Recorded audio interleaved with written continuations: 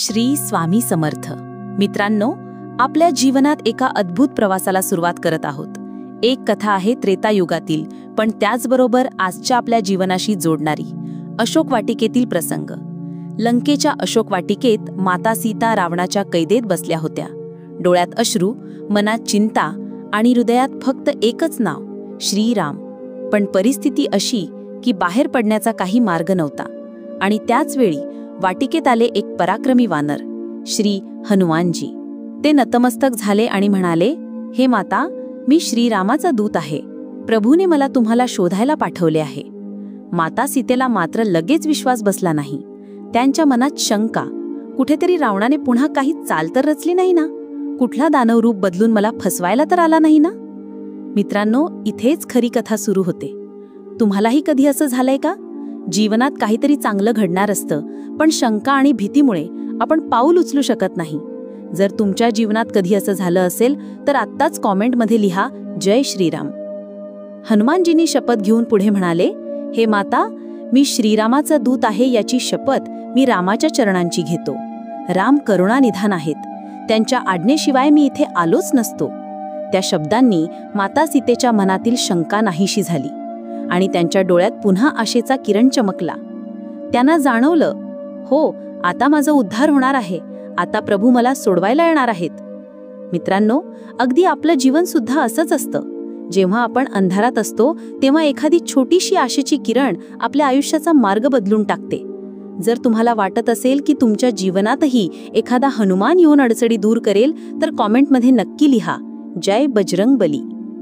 लंकेला केले राख. हनुमानजींनी माता सीतेला आश्वासन दिलं आणि नंतर रावणाचा संदेश देण्यासाठी लंकेभर हिंडले. शेवटी त्यांनी संपूर्ण लंकेला आग लावली आणि परत प्रभू श्रीरामांकडे जाऊन सर्व वृत्त दिलं. श्रीरामांनी मग संपूर्ण वानरसेना घेऊन समुद्र ओलांडला आणि रावणाचा संहार करून माता सीतेला सन्मानाने परत आणलं. आता तुम्ही विचार करत असाल, ही कथा आपल्याला का सांगितली? मित्रांनो, याच कथेत आपल्या जीवनाचा संकेत आहे. जेव्हा वाटतं की सगळं संपलं, तिथूनच खरी सुरुवात होते. जर तुम्ही सहमत असाल तर व्हिडिओला आत्ताच लाईक करा आणि अजून सबस्क्राईब नसेल केलं तर लगेच सबस्क्राईब करा ज्योतिष केंद्राला. ग्रहांचा खेळ. सप्टेंबर 2025. जसं त्रेतायुगात अशोक वाटिकेतून नवी सुरुवात झाली, तशीच एक नवी सुरुवात होणार आहे सप्टेंबर 2025 मध्ये. कारण 7 ग्रहांचा खेळ आपल्या जीवनाला मोठ्या प्रमाणावर बदलून टाकणार आहे. आता आपण एक एक करून हे 7 ग्रह समजून घेऊ. कृपया शेवटपर्यंत ऐका, कारण हा महिना तुमच्या जीवनाचं भवितव्य ठरवणार आहे. सूर्य आणि बुध, अष्टम भावातील प्रकाश.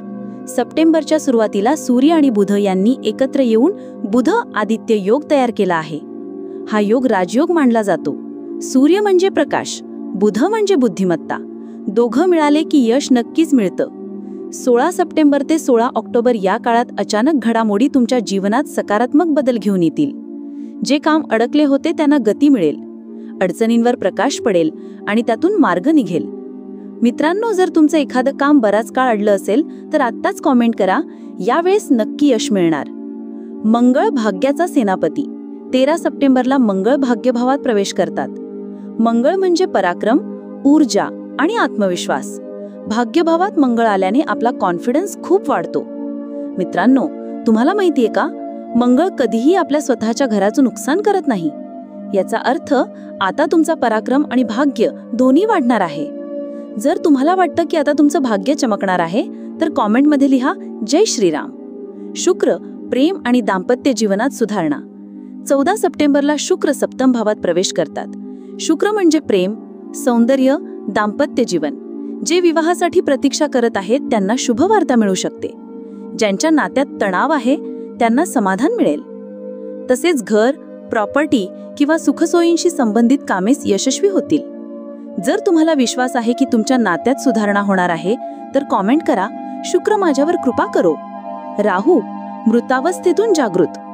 2 सप्टेंबर पासून राहू मृतावस्थेतून जागृत होत आहेत. राहू म्हणजे महत्वाकांक्षा, नाव, फेम. कुंभ राशीवर राहूंचं साम्राज्य असल्याने आता तुमच्या राशीला राहूचं बळ मिळणार आहे. हे दिवस तुम्हाला नवं विजन, नवं लक्ष देणार आहेत. बिझनेस, करिअर आणि समाजात नाव मिळेल. जर तुम्हाला नाव आणि यश हवं असेल तर आत्ताच कॉमेंट करा, जय राहुदेव. शनिदेव धनभावातील वक्री पण शक्तिशाली. शनिदेव सध्या वक्री अवस्थेत असून धनभावात विराजमान आहेत. शनी जिथे असतात तिथे कधीच हानी करत नाहीत. म्हणजे सप्टेंबर पासून तुमच्या धनस्थितीत हळूहळू सुधारणा होईल. शनी धैर्याची परीक्षा घेतात. धैर्य ठेवलं तर पुढील काळात मोठा लाभ मिळेल. जर तुम्हाला विश्वास आहे की शनिदेव तुमचं रक्षण करतील तर कॉमेंटमध्ये लिहा, जय शनिदेव. बृहस्पती पंचम भावातील गुरु. देवगुरु बृहस्पती पंचम भावात आहेत. हा स्थान ज्ञान, शिक्षण, संतती आणि सर्जनशीलतेसाठी अत्यंत शुभ मानला जातो. बृहस्पतींची दृष्टी धनभावावर असल्याने आर्थिक वृद्धी नक्की होईल. तसेच इन्कमच्या संधी वाढतील. हो, पण थोडी एकाग्रता कमी होऊ शकते. म्हणून दररोज भगवान नारायणाचं स्मरण करा आणि मंत्र जप करा. जर तुम्ही दररोज प्रार्थना करणार असाल तर आत्ताच कॉमेंट करा, ओम नमो भगवते वासुदेवाय. निष्कर्ष. मित्रांनो, अशोक वाटिकेत जसे हनुमानजींची एंट्री झाली आणि सगळं काही बदलून गेलं, तसंच सप्टेंबर 2025 मध्ये हे 7 ग्रह एकत्र येऊन तुमचे जीवन बदलून टाकतील. तुमच्या जीवनात कोणता बदल हवा आहे ते आत्ताच कॉमेंटमध्ये लिहा. व्हिडिओ आवडला असेल तर लाईक करा. अजून सबस्क्राईब नसेल केलं तर लगेच करा आणि बेल आयकॉन दाबा. लक्षात ठेवा, जेव्हा वाटतं की आता सगळं संपलं, तिथूनच खरी सुरुवात होते. जय श्रीराम. श्री स्वामी समर्थ.